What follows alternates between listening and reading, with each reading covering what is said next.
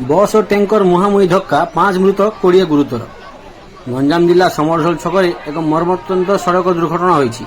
आस्का पटु बरहमपुर को जाउथिबा घरोई बस खंबेश्वरी और बरहमपुर पटु आस्का जाउथिबा एक टैंकर सह मुहांमुही धक्का हेबा फल निकटरे थिबा एक चा दुकान पर मारी जाइथिला बस।